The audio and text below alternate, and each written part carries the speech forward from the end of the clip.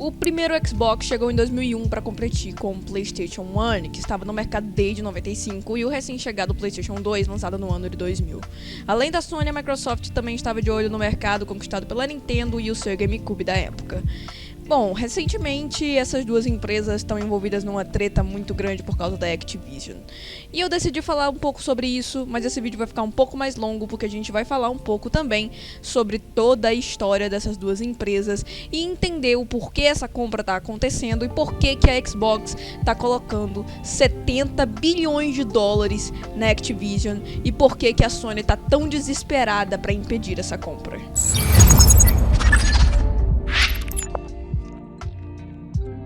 Voltando bastante no tempo e vindo para novembro de 2001, a Microsoft já tinha, antes disso, olhos voltados para games publicados, como alguns títulos para PC, como Flight Simulator e Age of Empires. No entanto, a empresa percebeu que se quisesse realmente ser bem sucedida nesse mercado, ela precisava de um pouco mais do que isso. A Sony já estava cultivando uma boa popularidade com o PlayStation e com a concorrência crescendo e os videogames se tornando uma força real no mercado, até que hoje é muito mais lucrativa do que o próprio cinema, por exemplo, a Microsoft decidiu que também queria uma fatia desse bolo. E assim surgiu o primeiro Xbox em novembro de 2001, com 64 MB de RAM e 8 GB de armazenamento. 3 anos mais tarde, o próprio Bill Gates apresentou o console ao mundo ao lado de ninguém menos que o ator Dwayne Johnson, o The Rock. O primeiro Xbox vendeu mais de 1 milhão de aparelhos nas primeiras 3 semanas após o lançamento, o que, apesar de ser um número bom, ainda estava extremamente atrás do PlayStation 2. Porque, bom, é o nosso queridinho PlayStation 2, que vendeu mais de 155 milhões de aparelhos e até hoje detém o título do console mais vendido da história. Isso porque a gente não está contando sequer as cópias pirateadas. Mas assim como hoje em dia o Xbox vencia em questões de ser mais poderoso do que os concorrentes GameCube e PlayStation 2.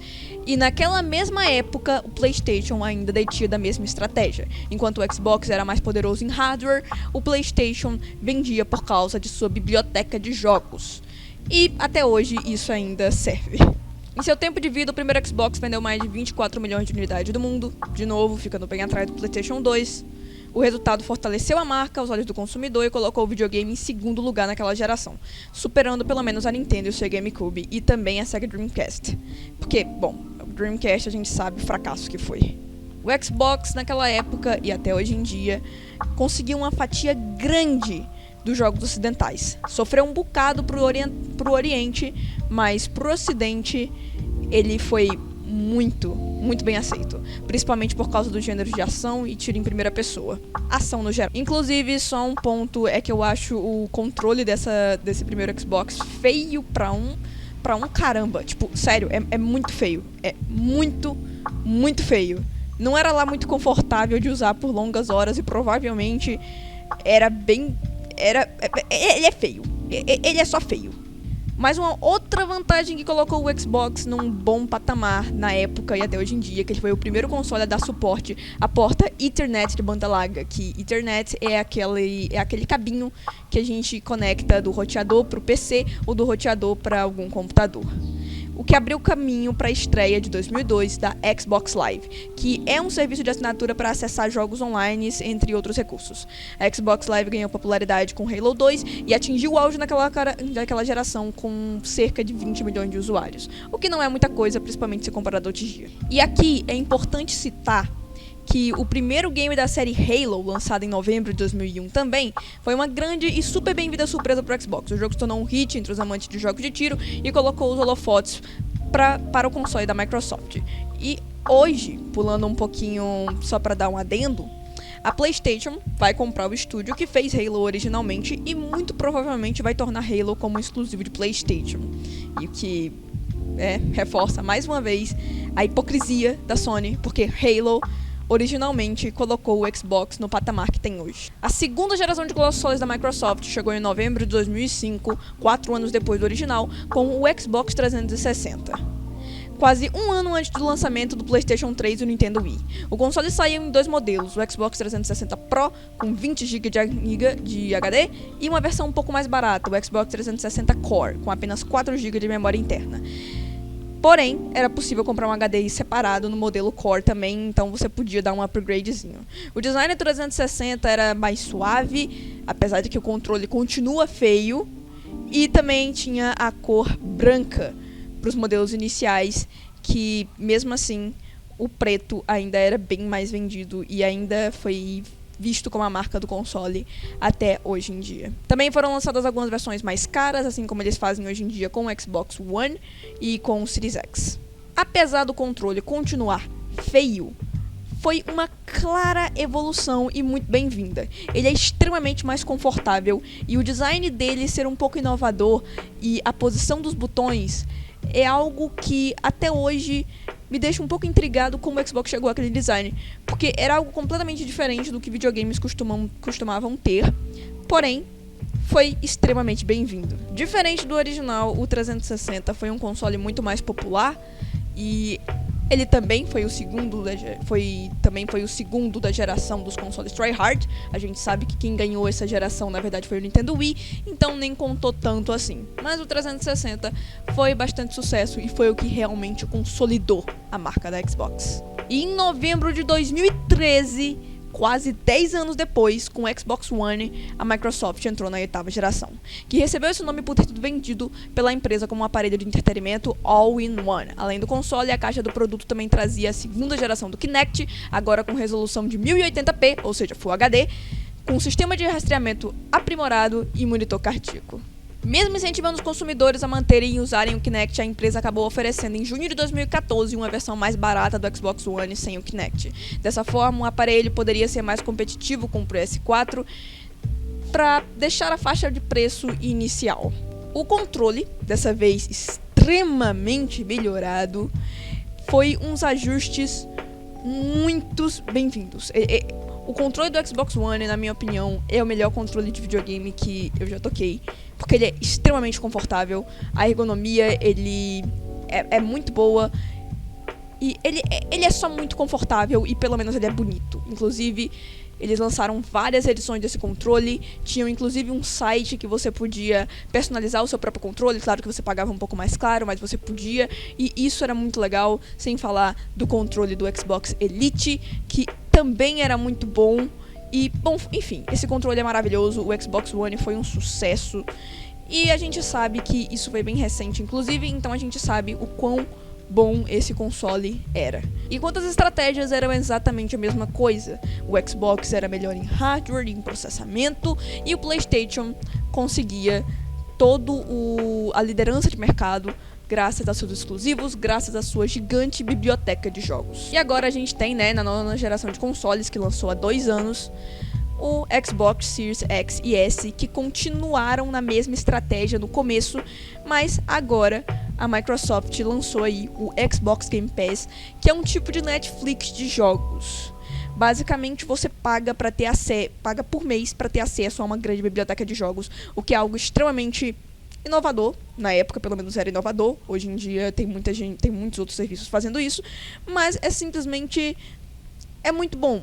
O custo-benefício é muito melhor do que realmente pagar 200 conto num jogo gigantesco.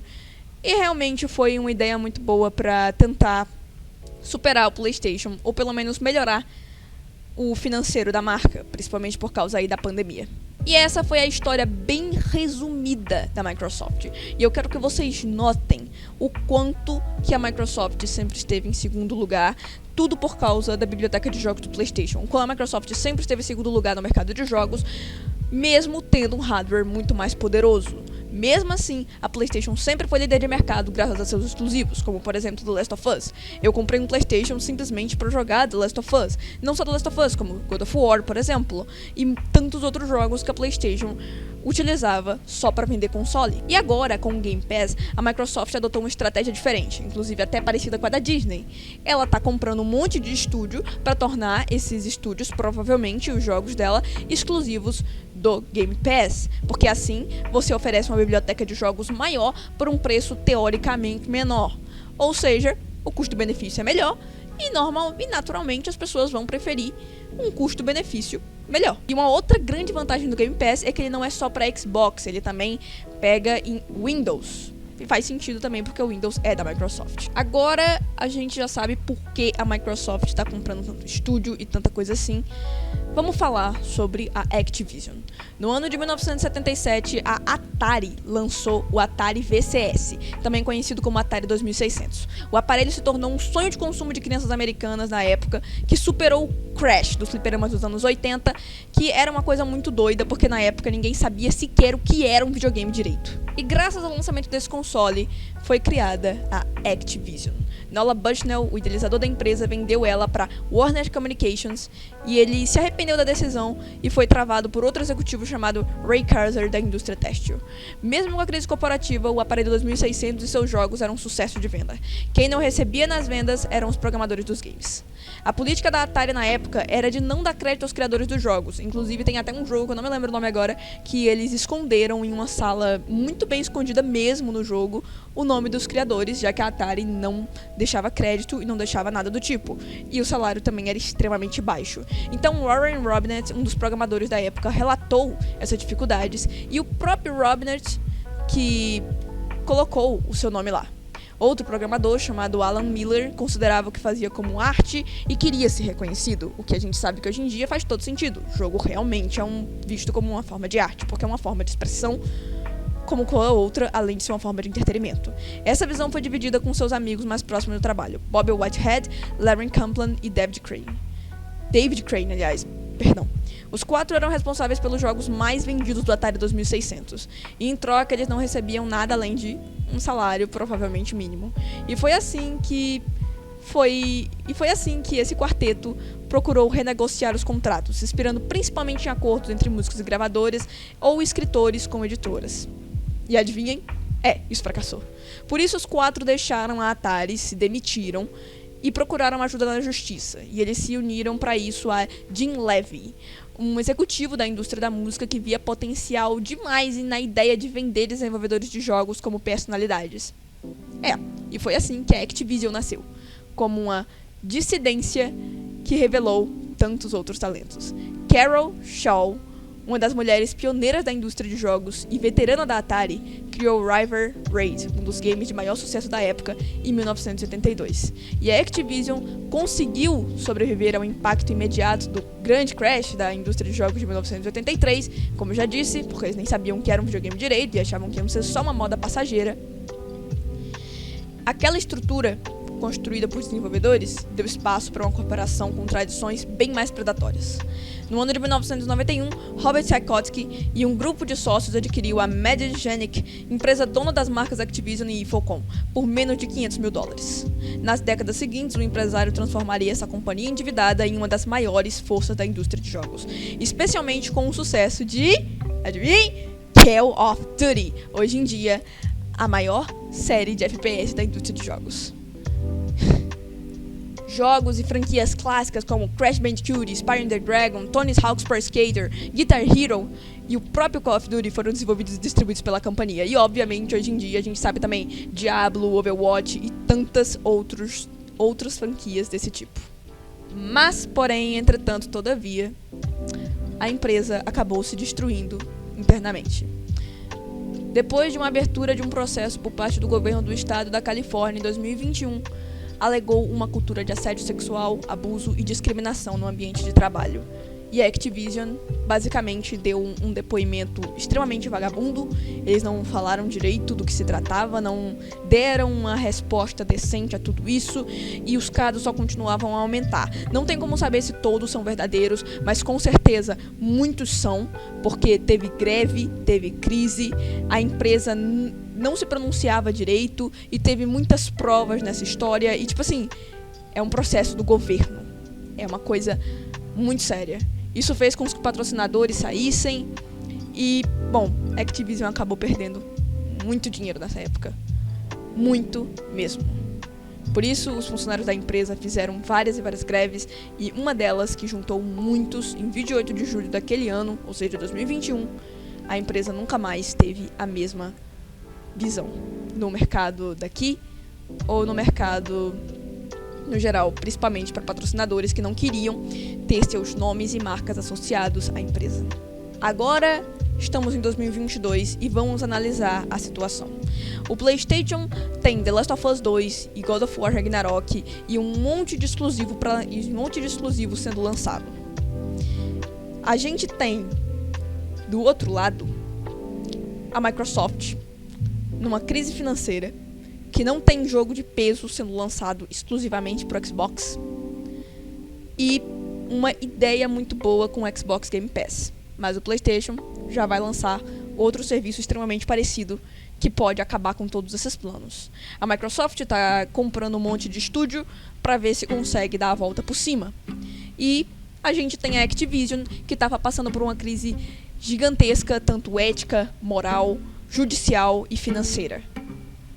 Então, nós temos uma empresa grande, gigantesca na indústria de jogos, com um potencial muito grande de ser vendida.